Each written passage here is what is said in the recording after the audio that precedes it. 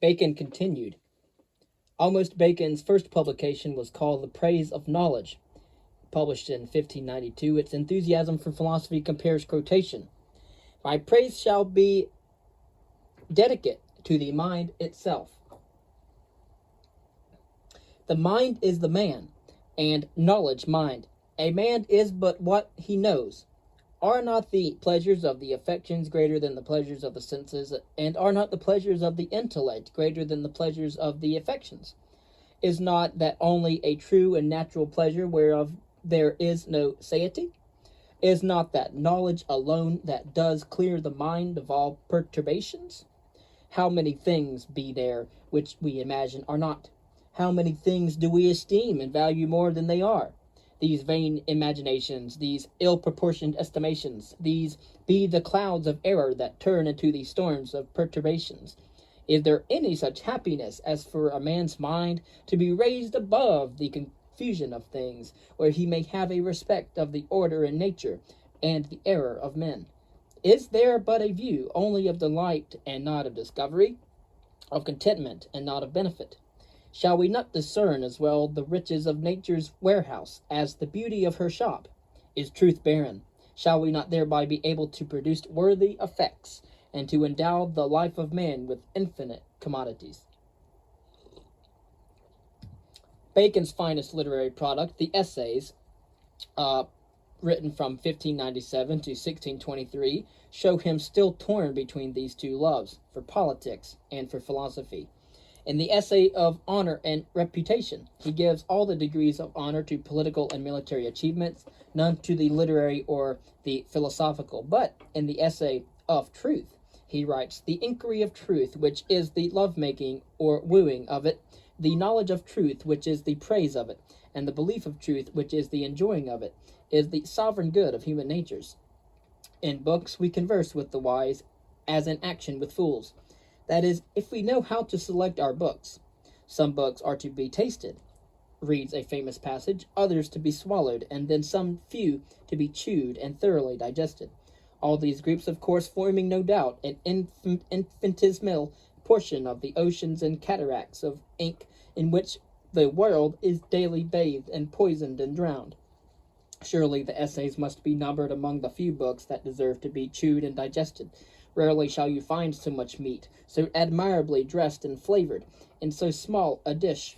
Bacon abhors padding, and disdains to waste a word. He offers us infinite riches in a little phrase. Each of these essays gives in a page or two the distilled subtlety of a mastermind on a major issue of life. It is difficult to say whether the matter of the manner more excels, for here is language as supreme in prose as Shakespeare's is in verse.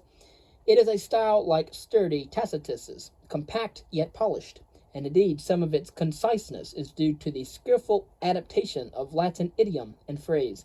But its wealth of metaphor is characteristically Elizabethan, and reflects the exuberance of the Renaissance. So man in English literature is so fertile in pregnant and pithy comparisons.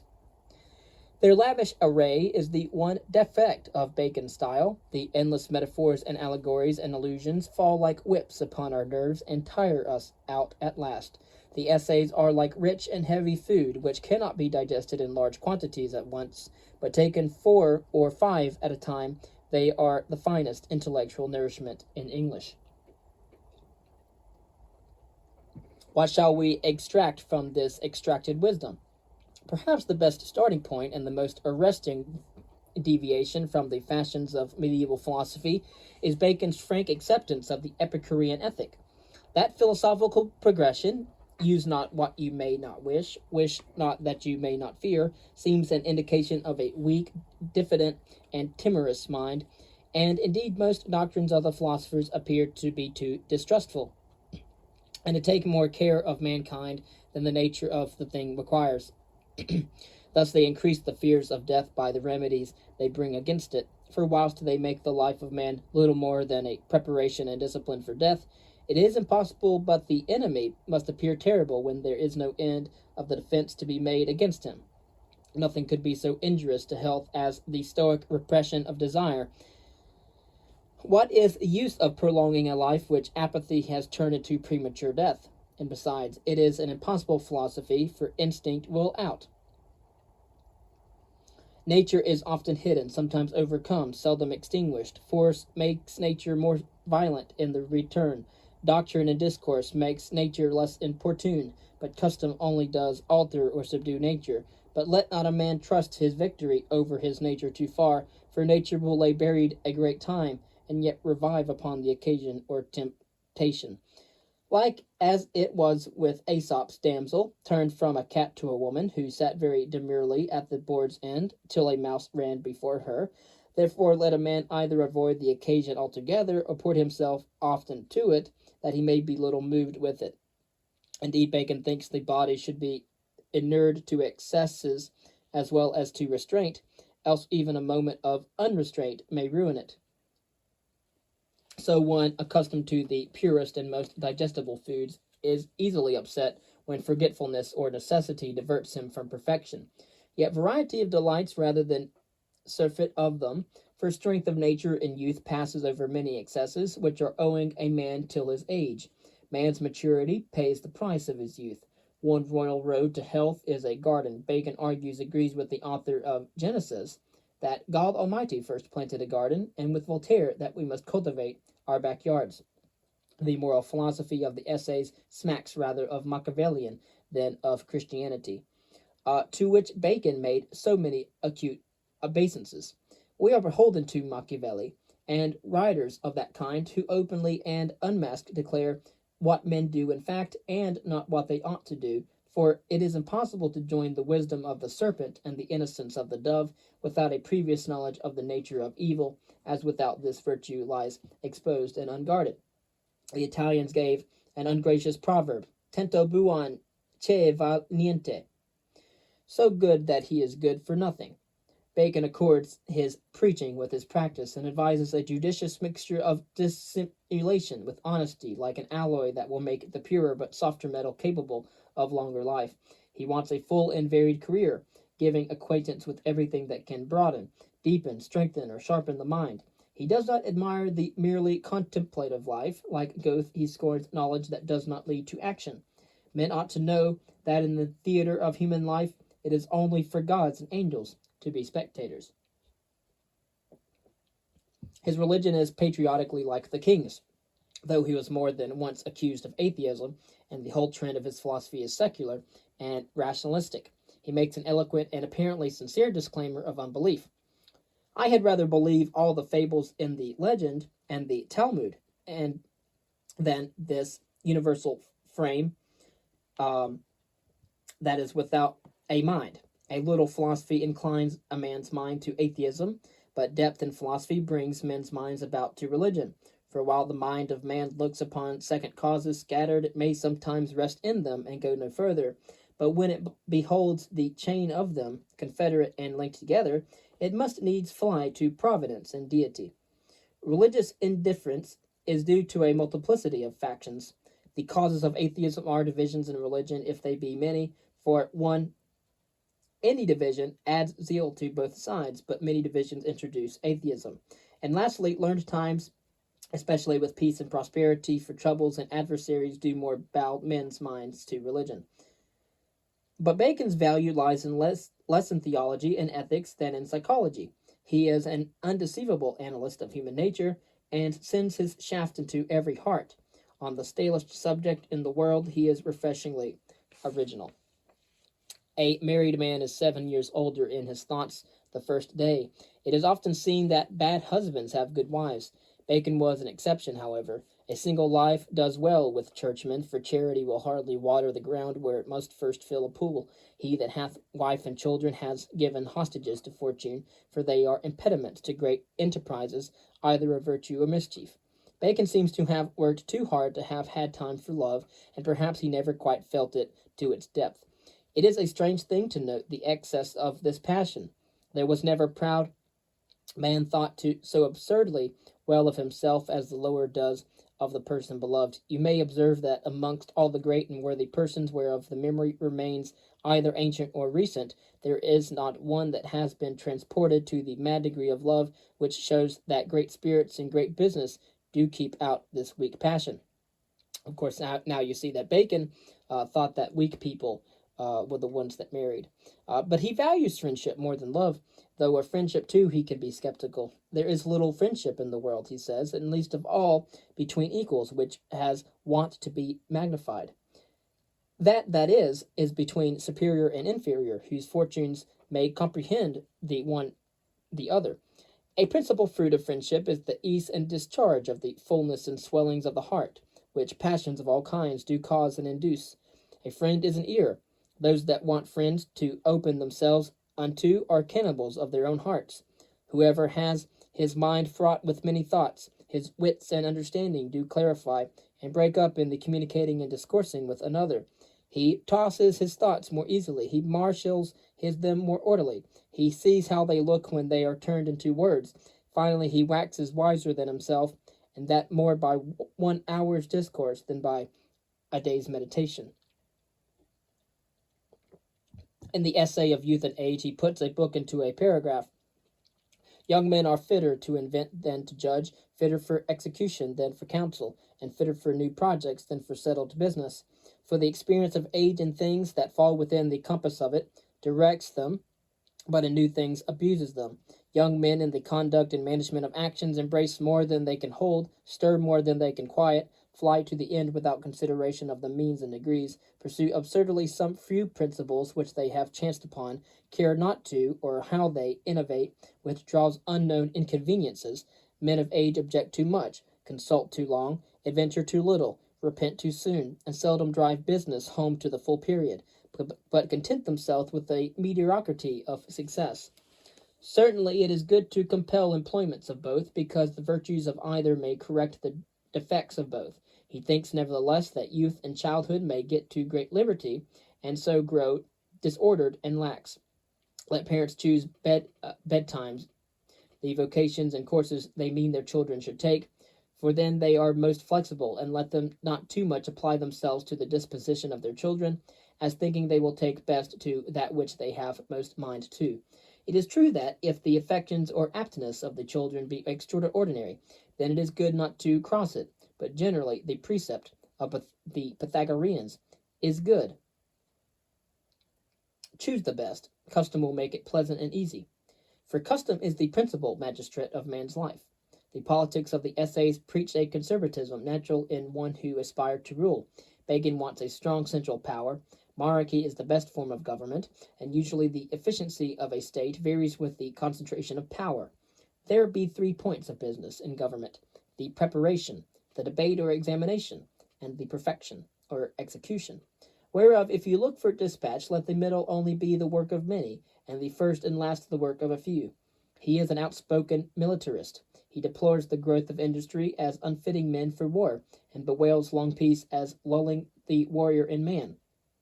Nevertheless, he recognizes the importance of raw materials. Solon said well to Croesus, when in ostentation Croesus showed him his gold: "Sir, if any other come that has better iron than you, he will be master of all this gold." Like Aristotle, he has some advice on avoiding revolutions. The surest way to prevent seditions is to take away the matter of them. For if there be fuel prepared, it is hard to tell whence the spark shall come that shall set it on fire. Neither doth it follow that the suppressing of flames with too much severity should be a remedy of troubles, for the despising of them many times checks them best, and the going about to stop them but makes a wonder long-lived. The matter of sedition is of 2 kinds, much poverty and much discontentment. The causes and motives of seditions are innovation in religion, taxes, alteration of laws and customs, breaking of privileges, general oppression, advancement of unworthy persons, strangers, dearth, disbanded soldiers, factions grown desperate, and whatever in offending a people joins them in a common cause. The cue of every leader, of course, is to divide his enemies and to unite his friends. Generally, the dividing and breaking of all factions that are adverse to the state, and setting them at a distance, or at least distrust among themselves, is not one of the worst remedies, for it is a disparate case, if those that hold with the proceeding of the state be full of discord and faction, and those that are against it be entire and united. A better recipe for the avoidance of revolutions is an equitable distribution of wealth. Money is like muck, not good unless it is spread. But this does not mean socialism or even democracy. Bacon distrusted the people who were in his day quite without access to education. The lowest of all flatteries is the flattery of the common people. What Bacon wants is a yeomanry of owning farmers, then an aristocracy for administration, and above all a philosopher king. It is almost without instance that any government was unprosperous under learned governors. He mentions Seneca, Antonius Pius, and Marcus Aurelius. It was his hope, however, that to their names posterity would add his own. The Great Reconstruction. Unconsciously, in the midst of his triumphs, his heart was with philosophy. It had been his nurse in youth. It was his companion in office. It was to be his consolation in prison and disgrace. He lamented the ill repute into which he thought philosophy had fallen, and blamed an arid scholasticism. People are very apt to condemn truth on account of the controversies raised about it, and to think those all in a wrong way who never meet. The sciences stand almost at a stay without receiving any augmentations worthy of the human race, and all the tradition and succession of schools is still a succession of masters and scholars, not of inventors. In what is now done in the matter of science, there is only a whirling about and perpetual agitation, ending where it began. All through the years of his rise and exaltation, he brooded over the restoration or reconstruction of philosophy. Meditor instaurationem philosophae. He planned to center all his studies around this task. First of all, he tells us that his plan of the work, he would write some introductory treatises, explaining the stagnation of philosophy through the posthumous persistence of old methods, and outlining his proposals for a new beginning. Secondly, he would attempt a new classification of the sciences, allocating their material to them, and listing the unsolved problems in each field. Thirdly, he would describe his new methods for the interpretation of nature. Fourthly, he would try his busy hand at actual natural science, and investigate the phenomena of nature. Fifthly, he would show the ladder of the intellect, by which the writers of the past had mounted towards the truths that were now taking form out of the background of medieval verbiage. Sixthly, he would attempt certain anticipations of the scientific results which he was confident would come from the use of his method. And lastly, as second or applied philosophy, he would picture the utopia which would flower out of all this budding science of which he hoped to be the prophet. The whole would constitute the Magna Instaurato, the great reconstruction of philosophy. It was a magnificent enterprise, and except for Aristotle, without precedent in the history of thought. It would differ from every other philosophy in aiming at practice rather than at theory, at specific concrete goods rather than at speculative symmetry. Knowledge is power, not mere argument or ornament. It is not an opinion to be held, but a work to be done. And I am laboring to lay the foundation, not of any sect or doctrine, but of utility and power. Here, for the first time, are the voice and tone of modern science. The advancement of learning. This was his first publication. To produce works, one must have knowledge. Nature cannot be commanded except by being obeyed. Let us learn then the laws of nature, and we shall be her masters. As we are now in ignorance her thralls, science is the road to utopia.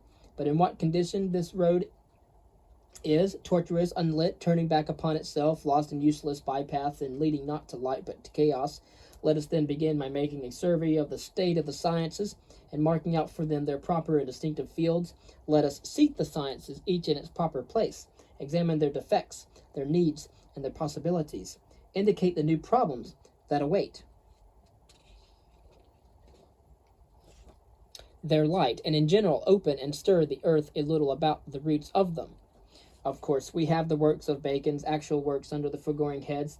Chiefly are these: an introduction to the interpretation of nature in 1603, a criticism of philosophies in 1609, the advancement of learning from 1603 to 1605, the things thought and seen in 1607, the threat of the labyrinth, 1606, the new organon, 1608 to 1620.